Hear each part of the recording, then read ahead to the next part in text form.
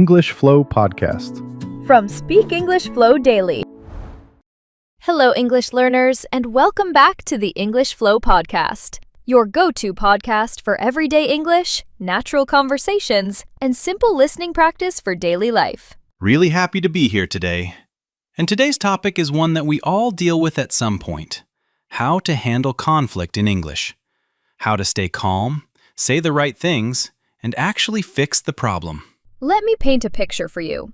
You're at work, or with a friend, or maybe with a flatmate, and something goes wrong. Maybe they said something that upset you. Maybe there was a misunderstanding. Maybe you feel like you were treated unfairly, and you know you need to talk about it.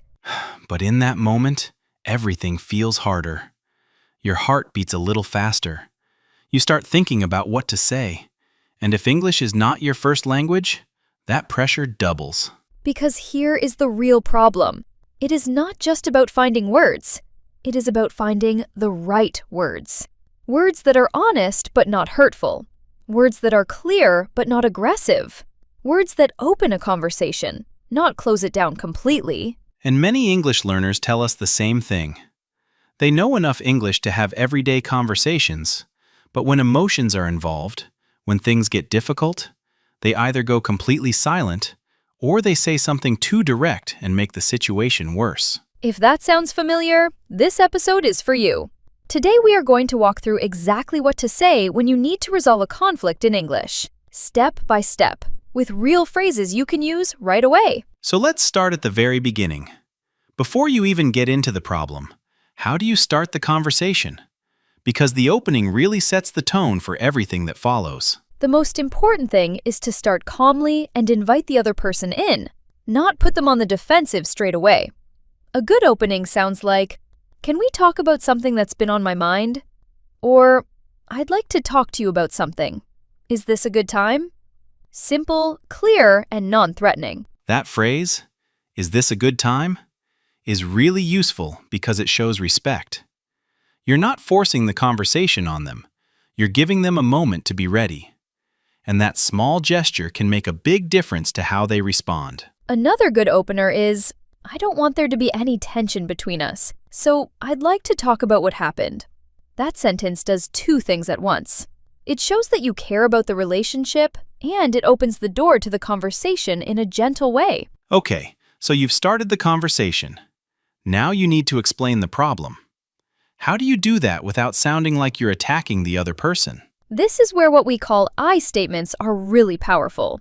Instead of saying, "You made me feel bad," which immediately sounds like an accusation, you say, "I felt upset when," or "I felt a bit hurt when this happened." You're describing your own feelings, not blaming the other person. So for example, instead of "you never listen to me," you could say, "I sometimes feel like I'm not being heard, and I wanted to talk about that." It's the same idea, but it's softer, and it's much easier for the other person to hear without getting defensive. Exactly. And the word "sometimes" is doing something clever there. It makes the statement feel less absolute. "You never listen" feels like a final judgment. "I sometimes feel like I'm not being heard" feels like a feeling you want to explore together. Other useful phrases for explaining the problem. I wanted to bring this up because I think it's important for both of us. Or, "I felt a bit confused by what happened, and I just want to understand it better." That second one is great because it sounds curious rather than angry. And sometimes you genuinely don't know if there was a misunderstanding. In that case, you can say, "Maybe I misunderstood the situation. Could you help me understand what you meant?"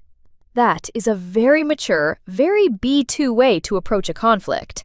You're leaving room for the possibility that you were wrong, and that takes confidence. It really does. Because a lot of conflicts actually start with a misunderstanding.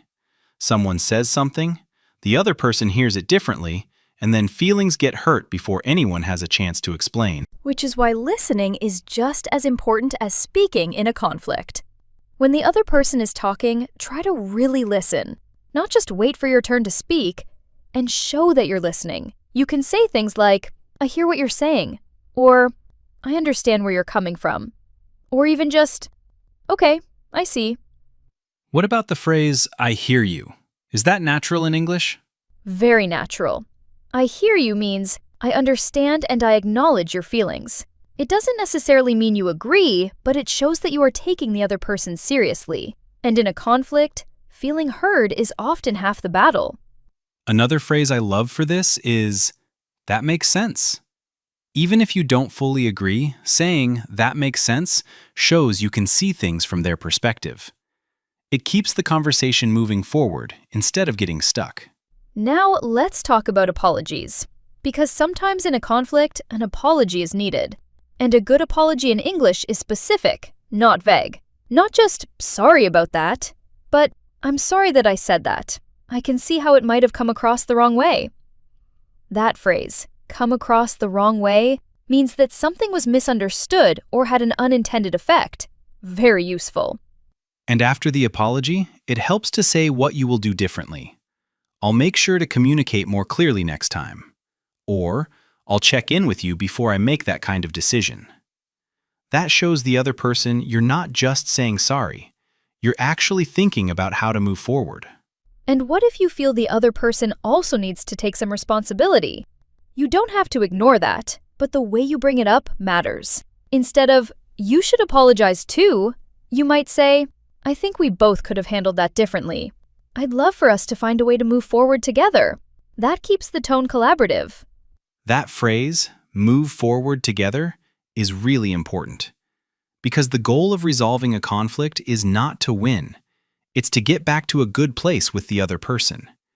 And saying that out loud, naming the goal, can really help shift the energy in a difficult conversation. Let's also talk about what to do when a conversation gets too heated, when emotions are running high and it feels like things might escalate. In that moment, it's okay to pause. You can say, I think we both need a moment. Can we come back to this in a little while? Or, I want to talk about this properly. Can we take a short break and continue in a few minutes? Taking a break is not giving up.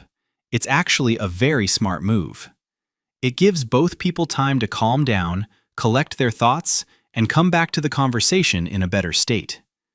And when you return, you can start again with, I'm glad we took a moment. I really do want us to work this out. The final step in any conflict conversation is finding a solution or an agreement. You might say, so what do you think we should do from here? Or, can we agree that going forward will... Or simply, I think we understand each other better now. Thank you for talking this through with me. That last line is generous and warm, and it ends the conversation on a positive note. And honestly, sometimes just having the conversation, even if it's not perfect, is enough. It shows the other person that you respect them and that the relationship matters to you. That means a lot in any language. So today we looked at how to resolve a conflict in English. From opening the conversation gently, to explaining your feelings without blame, to listening well, apologizing meaningfully, and finding a way forward together. All of these phrases work in friendships, at work, and in everyday life. If today helped you, we'd really appreciate it if you shared this episode with a friend who's also learning English. And don't forget to check the pinned comment. There's a short practice exercise waiting for you there. Conflict is a normal part of life, but handling it well is a skill. And today, you took a real step forward. We'll be here with you. Take care, everyone. Keep practicing, keep learning, and we will see you in the next episode. Bye-bye. Your English learning journey doesn't stop here. Continue building your confidence and fluency with the next episode of the English Flow podcast. Click the next video and keep progressing, one conversation at a time.